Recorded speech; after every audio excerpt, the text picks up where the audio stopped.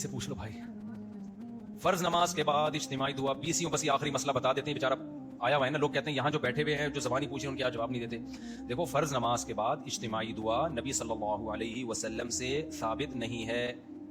یہ دو چار کی طرح کچھ باتیں ہیں نا، ان میں بحث کیا کرنی، کسی حدیث میں نہیں ملتا نبی صلی اللہ علیہ وسلم نے فرض نماز کے بعد اجتماعی دعا کی ہو۔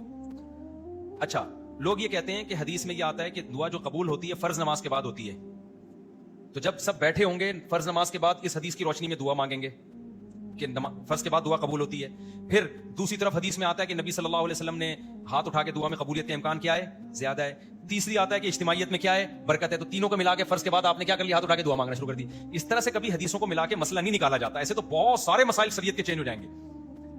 ہمیں یہ دیکھنا چاہیے کہ نبی صلی اللہ علیہ وسلم کا ارشاد ہے تو نبی نے خود اس پر کس طرح سے عمل کیا۔ جس نبی نے ہمیں یہ بتایا کہ فرض کے بعد دعا قبول ہوتی ہے، اس کا اپنا عمل اور صحابہ کا اپنا عمل کیا تھا۔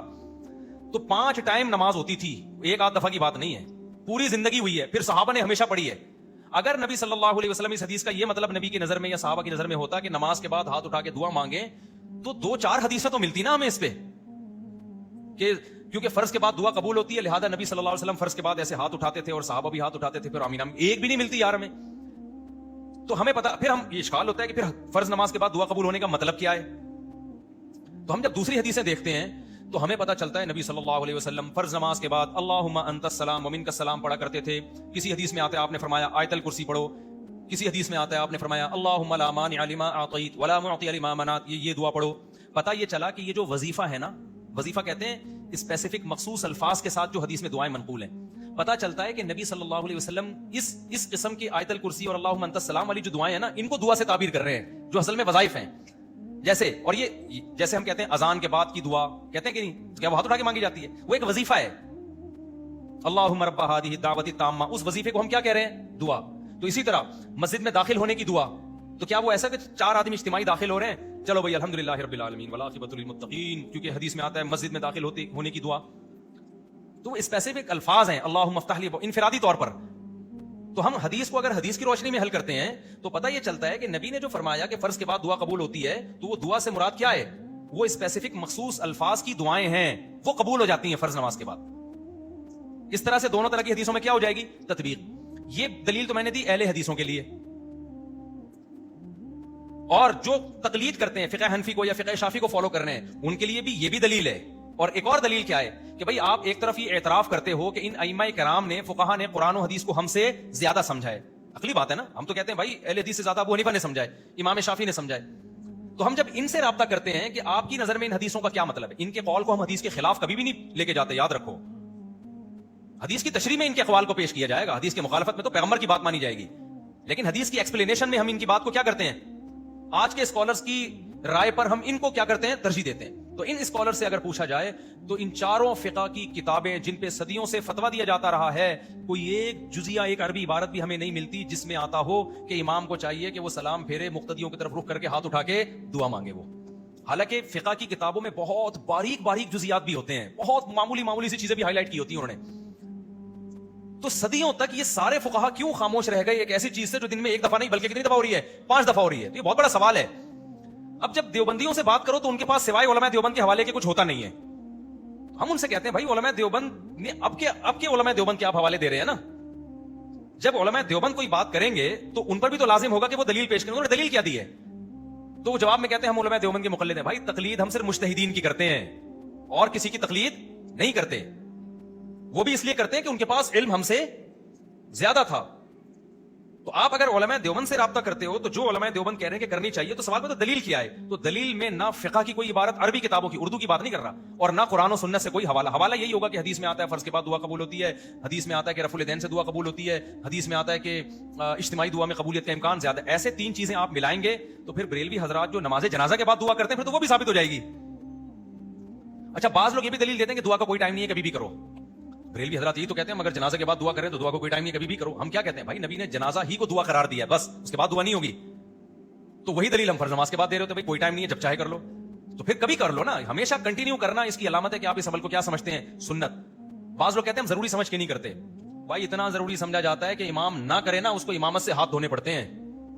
اور دوسری بات یہ کہ علماء دیوبند کا یہ متفقہ فیصلہ بھی نہیں ہے، میں علماء دیوبند کی توہین نہیں کر رہا کہ یہ کہہ کے کہ ان کے پاس دلیل نہیں ہے. یہ توہین جب ہوتی جب سارے علماء دیوبند کا یہ فیصلہ ہوتا.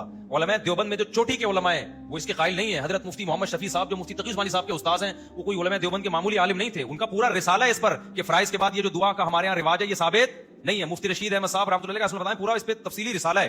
ابھی ریسنٹلی حضرت مولانا منظور منگل صاحب کا بھی اس پہ بیان آیا ہے. انہوں نے بھی کہا کہ یہ ثابت نہیں ہے اور جنہوں نے اس پہ رسالہ لکھا ہے وہ کوئی دلیل ان کے پاس ہے نہیں. تو یہ ہندوستان پاکستان کی ایک رسم ہے. جب یہ چل پڑی تو پھر اب اس کے دلائل. اچھا ہمارے یہاں بعض لوگ تو اہل حدیث کی مخالفت میں غلو کرتے ہیں کیونکہ یہ مسئلہ زیادہ اٹھایا اہل حدیث نے کہ فرائض کے بعد دعا نہیں ہے. اب ہونا یہ چاہیے تھا ہم تحقیق کرتے ہم کہتے بھائی اہل حدیث صحیح کہہ رہے ہیں. لیکن ہمارے یہاں بھی بعض لوگوں کو دیوبندیت کا کچھ ضرورت سے زیادہ حیضہ ہے. انہوں نے کہا چونکہ علماء دیوبند میں رواج ہے تو اب نہیں بھی ہے تو اس کو ثابت کر کے چھوڑنا ہے ہم نے. تو کیوں غلط چیز میں یار. اب مان لو بھائی اس میں اہل حدیث کیا کہہ رہے ہیں ٹھیک کہہ رہے ہیں کیونکہ فقہ کی کتابیں بھی اس سے خاموش ہیں, قرآن و سنت بھی اس سے خاموش ہے. تو یار ہم پھر بھی براڈ مائنڈڈ بنتے ہیں کہ امت میں فتنہ پیدا نہ کرو. ٹھیک ہے نا. اگر امام مانگ رہے ہیں اس کو مانگنے تو آپ ہاتھ نیچے کر کے بیٹھے رہو بس ختم ہو گئی بات. پھر بھی کوئی مانگ رہا ہے تو مانگتا رہے. میں کتنے سال سے یہ مسئلہ بیان کر رہا ہوں لیکن بڑی تمیز سے. میرے کوئی بھی شاگرد ایسا نہیں کسی امام کو جا کے ٹارچر کرنا شروع کرتے کیوں مانگ رہے ہو ثابت نہیں. مانگنے تھے اس سے بڑے بڑے مسائل ہیں. یہ مسئلہ کیا ہے دعا ہی مانگ رہا ہے نا. کوئی ایسا تو نہیں ہے کہ کچھ اور کر رہا ہے. ٹھیک ہے نا. تو اور پھر عامی آدمی کے لیے تو مفتی کا جو ماہر مفتی ہے اس کا قول ہی حجت ہوتا ہے. اس کو آپ بیچارے کو وہ بھی مولوی صاحب کوئی دلیل پیش کرتے ہیں وہ کہاں جائے گا. تو بھائی بڑے بڑے مسائل دنیا میں چھوٹے بڑے کیا ہے ان کو پی جاؤ. تو اس لیے میں یہ چھیڑتا نہیں ہوں لیکن اب چھیڑ دیا تو اس لیے میں چھڑ گیا ہوں تھوڑا سا. ورنہ بہت دفعہ یہ پرچیاں آتی ہیں میں جواب نہیں دیتا کیونکہ مسجدوں میں ہو رہی ہیں دعائیں. مفتی محمد شفیع صاحب رحمۃ اللہ نے بھی لکھا ہے پورا رسالہ کہ ثابت نہیں ہے. آخر میں لکھا ہے کہ کسی مسجد میں بہت عرصے سے معمول چلا آ رہا ہو تو ایک دم نہ چھڑوائیں اور فتنے کا اندیشہ ہو تو خاموش ہی رہیں کیونکہ مسجدوں میں لڑائیاں لڑوانا یہ بھی قرآن و حدیث سے ثابت نہیں ہے.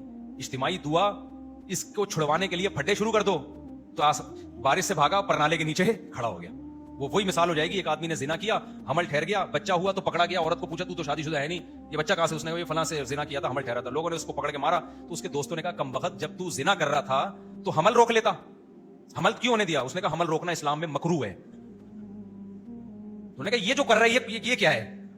تو اجتماعی دعا کو میں ثابت نہیں سمجھتا لیکن اجتماعی دعا کی بنیاد پر امام صاحب کو یہ کہنا کہ یہ حدیث کو نہیں مانتے اور یہ اندھے مقلد ہیں اور ان کے پاس دلائل نہیں ہے اور ٹارچر کرنا یہ اس سے بڑا جرم ہے. اگر اجتماعی دعائیں مسجدوں میں ہو رہی ہیں یہ اتنا بڑا ایشو نہیں ہے. آپ اپنی رائے پیش کرتے ہیں خاموش ہو جائیں مان لیں ٹھیک ہے نہیں ہے. ہمارے میرے ہی اساتذہ بعض ایسے ہیں جو اجتماعی دعا کے قائل ہیں. ہم تو نہیں ان کی توہین کرتے کہتے بھائی ٹھیک ہے ہو سکتا ہے میرے اس بیان پہ وہ میری کلاس بھی لیں. کیا بول رہا ہے بھائی تو ٹھیک ہے نا. تو نہ میں ان کی کبھی توہین کروں گا. میں بولوں گا بھائی ٹھیک ہے لیکن ہم تو پابند کس کے ہیں قرآن و سنت کے پابند ہیں نا. قرآن و سنت کے ہمیں یہی سمجھ میں آ رہا ہے بھائی اب کیا کریں لیکن ہم توہین تھوڑی کریں گے. نہ ان کی کبھی اور میرے سے زیادہ علم بھی ہے ان کے پاس تقویٰ بھی ہے سب کچھ ہے. نہ ہمارے دل میں ان کی کبھی کوئی کمی آئے گی. تو اس ظرف کے ساتھ اگر آپ اس رائے کو لیتے ہیں تو ٹھیک ہے. ادروائز جیسے ہیں پھر ویسے زیادہ ٹھیک چل رہے ہیں مارکیٹ میں ویسے ہی چلتے رہیں. سمجھتے ہو بات کو. تو ثابت نہیں ہے. بلکہ میں ایک بات اور کہوں انفرادی بھی ثابت نہیں ہے. یعنی انفرادی طور پر بھی فرض نماز کے بعد رفع الیدین کی ایک ضعیف روایت ملتی ہے ہمیں. حالانکہ فقہ کا قاعدہ ہے اصول فقہ میں پڑھایا جاتا ہے کہ جس چیز میں ابتلا زیادہ ہو اس میں ایک دو روایتوں سے مسئلہ ثابت نہیں ہوتا.